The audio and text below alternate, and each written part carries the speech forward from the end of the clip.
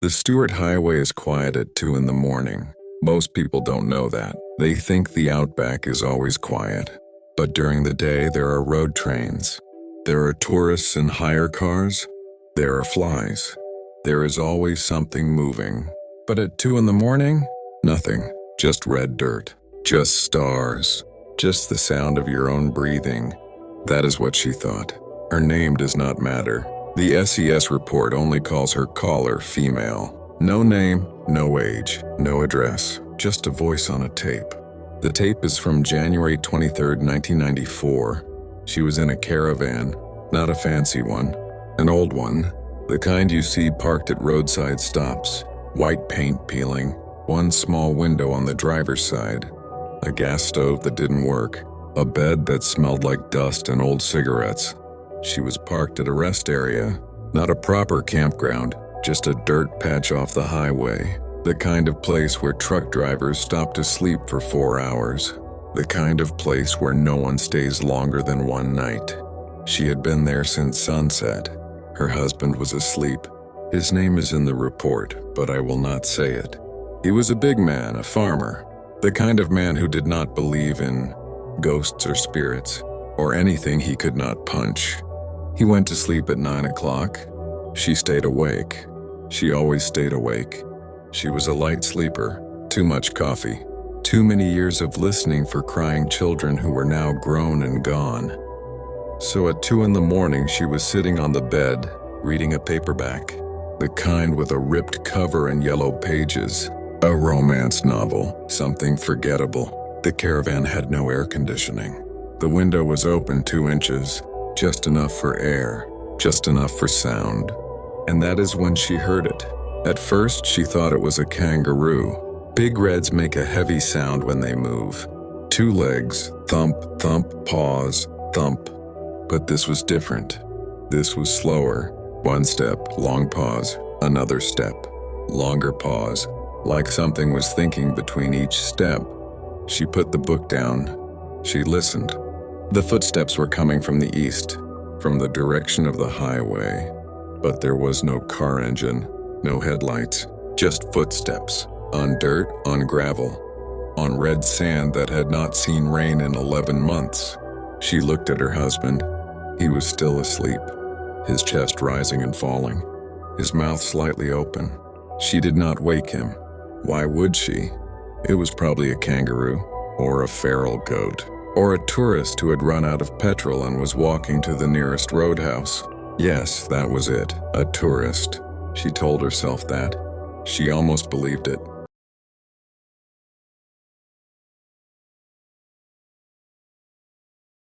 The footsteps kept coming. They circled the Caravan once, slowly, like someone was walking around the outside, looking in. She could see the curtains moving slightly, not from wind, from the vibration of the footsteps. That was when she reached for the radio. Not a satellite phone, not a mobile. This was 1994. Mobiles did not work in the Outback. She had a CB radio, a small one, the kind truck drivers used to talk to each other. She turned it on. Static. She turned the dial. More static. Then a voice. SES Marree, that is the state emergency service. They monitor emergency channels 24 hours a day, even in 1994, even in the middle of nowhere. The dispatcher that night was a woman. Experienced. Calm. The kind of voice that does not panic, because panic kills people. Here is what they said. Caller, hello? Is anyone there? Dispatcher, SES Marree. State your emergency. Caller, there's someone outside our Caravan. Dispatcher, how many people are with you? Caller, just my husband. He's asleep. Dispatcher, do not open the door. Describe what you hear. Caller, footsteps. Walking around the van, slow. 1 step, then pause. Then another step. Dispatcher, is there a vehicle nearby? Caller, no, we are the only people for 200 kilometers. Dispatcher, I need you to stay on the line. What are the footsteps doing now? Caller, they stopped. right outside my window. The dispatcher waited. She knew that silence meant something bad. She had been working SES for 12 years. She had heard fear before, but this was different. This was not panic. This was confusion. People panic when they understand what is happening. This woman did not understand. Caller, it's not walking anymore. It's standing. Dispatcher, can you see anything through the window? Caller, there's nothing there, but I can hear breathing, heavy, like an animal. But not an animal, not an animal. Those 3 words have stayed with the dispatcher. Even now, even 30 years later. Because in the Outback, if you hear breathing outside, your window at 2 in the morning, you want it to be an animal. Anything else is worse.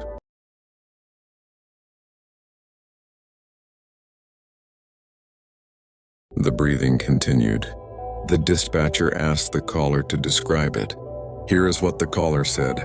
It's slow, too slow, like someone is taking one breath every 10 seconds. But when they breathe in, it sounds wet, like water in a pipe. And when they breathe out, it sounds like wind through old wood. The dispatcher wrote this down. The transcript still exists. You can request it from the South Australian State Records. I have read it.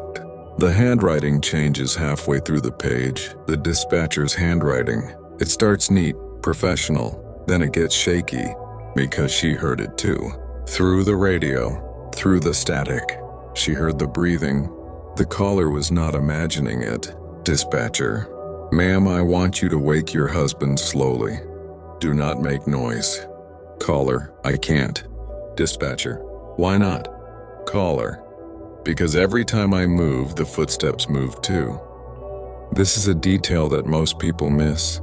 The footsteps were not just walking, they were responding. When the caller shifted her weight on the bed, crunch. When she reached for the radio, crunch. When she held her breath, silence.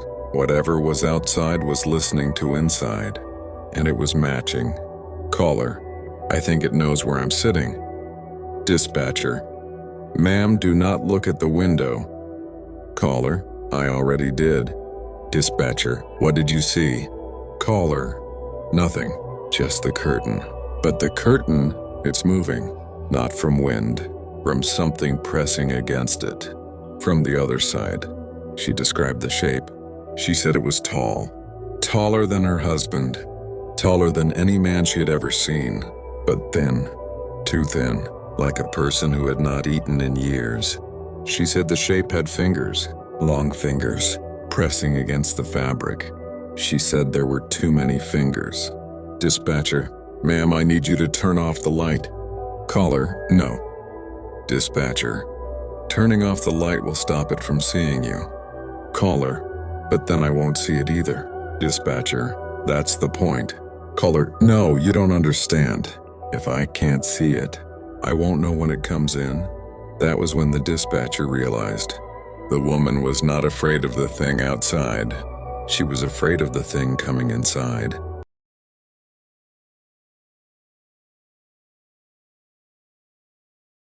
The footsteps moved, away from the window, towards the door. The caller heard them. 3 steps, pause, 2 steps, pause, 4 steps. Like the thing was pacing, deciding. Caller, it's at the door now. Dispatcher, is the door locked? Caller, yes, I locked it at sunset. I always lock it. Dispatcher, good. Do not unlock it for any reason.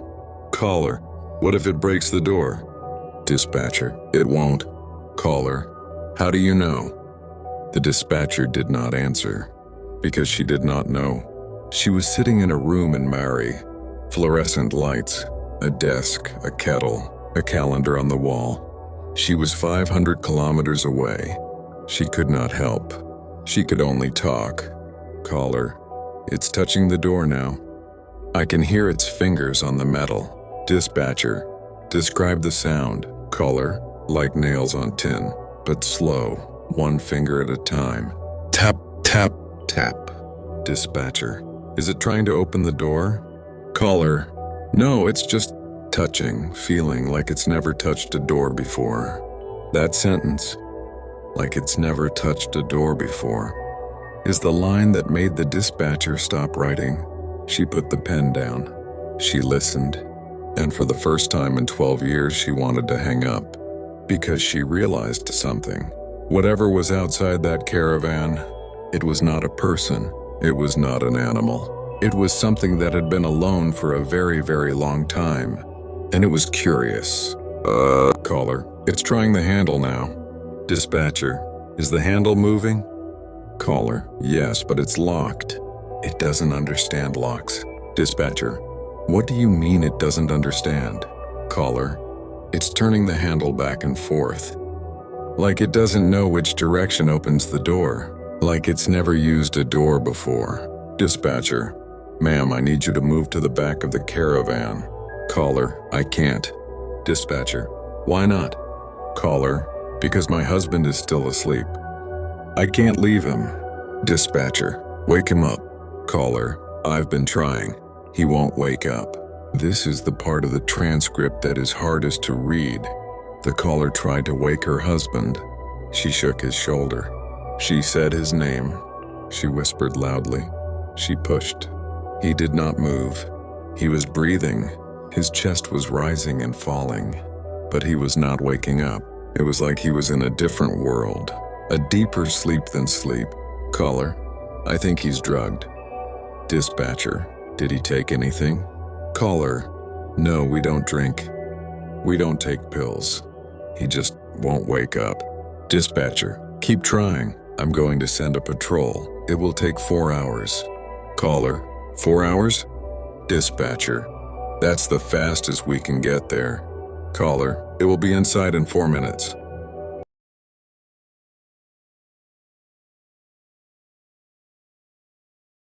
The thing stopped trying the handle. The caller heard it step back.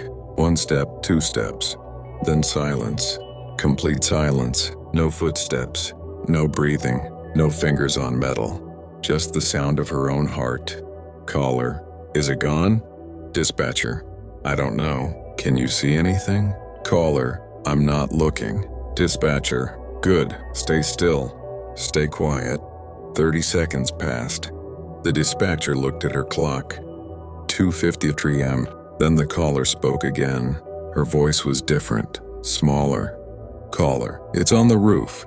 Dispatcher, what? Caller, I can hear it on the roof. It climbed up. It's walking on the roof. Dispatcher, caravan roofs are not strong. It will fall through. Caller, it's not heavy. It's walking like it weighs nothing. This is where the transcript becomes confusing. The caller described the sound on the roof as dry. That is the word she used, dry, like leaves, like paper, like something that should not exist. She said it walked from the front of the caravan to the back, then back to the front, then stopped directly above the bed, directly above her. Caller, it's right above me. I can hear it breathing. Through the roof. Dispatcher, do not look up. Caller, I'm not looking up. I'm looking at the ceiling. There's a vent, a small air vent, and I can see fingers through the vent, trying to pull it open. Dispatcher, get away from the vent. Caller, I can't. The bed is too small. There's nowhere to go. The caller started crying. Not loud crying, quiet crying. The kind of crying you do when you know no one is coming to help you. Caller, it's going to come through the vent. Dispatcher, the vent is too small for a person. Caller, this isn't a person. The vent made a sound, metal bending, slowly, carefully. The dispatcher heard it through the radio. She closed her eyes. She did not know what to say.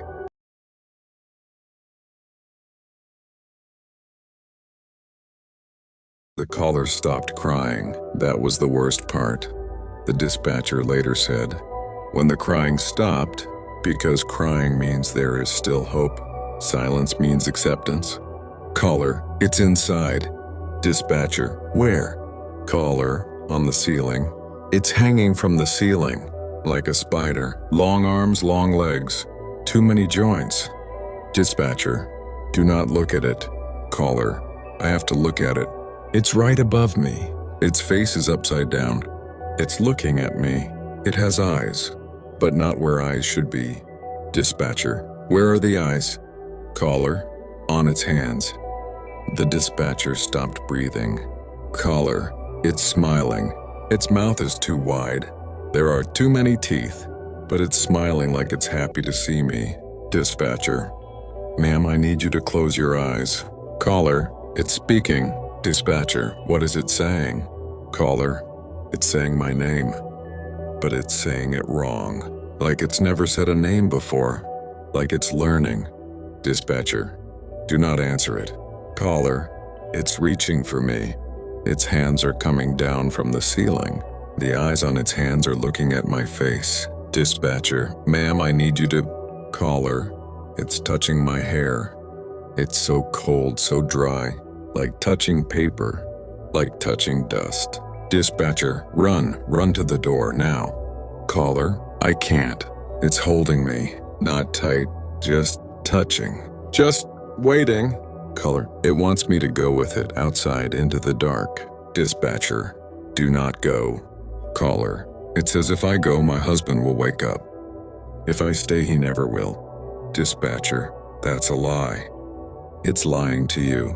Caller, I know, but I can't feel my legs anymore. I can't feel anything. It's so cold, so quiet.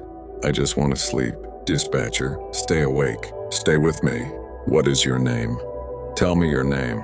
Caller, my name. Caller, I forgot my name. Dispatcher, ma'am? Ma'am, can you hear me? Caller, the eyes are closing. The hands are letting go. It's leaving. Dispatcher, where is it going? Caller, to the door. It's opening the door. It's walking outside. Dispatcher, can you move? Can you get up? Caller, no, I can't move. I can't feel anything. But my husband is waking up. Dispatcher, good, that's good. Put him on the radio. Caller, he's asking where I am. I'm right here. I'm on the bed, but he can't see me. He's looking right at me and he can't see me. Caller, why can't he see me? Dispatcher, ma'am. Caller, oh. Caller, oh, I see. Caller, I'm not here anymore. Sound, the radio clicks, static, then silence.